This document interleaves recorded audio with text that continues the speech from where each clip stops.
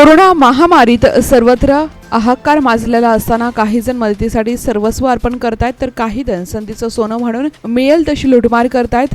काही जण माणुसकीची लक्तर वेशीवर देखील टांगतायत. असाच प्रकार घडलाय वाडीभोकर रोडवरील खासगी रुग्णालयात. सोशल मीडियावरती व्हायरल झालेला मेसेज म्हणजेच कोई हात धो रहा है तो कोई हाथों से धो रहा है याची प्रचिती धुळेकर नागरिकांना अनुभवत आहेत. या कसईरूपी प्रशासनाबद्दल संताप व्यक्त करत रुग्णालयात कोरोना विषाणूची बाधा झालेल्या रुग्णांचा मृत्यू झाल्यानंतर रुग्णालयात कार्यरत कर्मचारी मयतच्या खिशातील रोकड आणि आभूषणे काढत असल्याचं रुग्णालयात कॅमेऱ्यातील CCTVमध्ये कैद झालंय.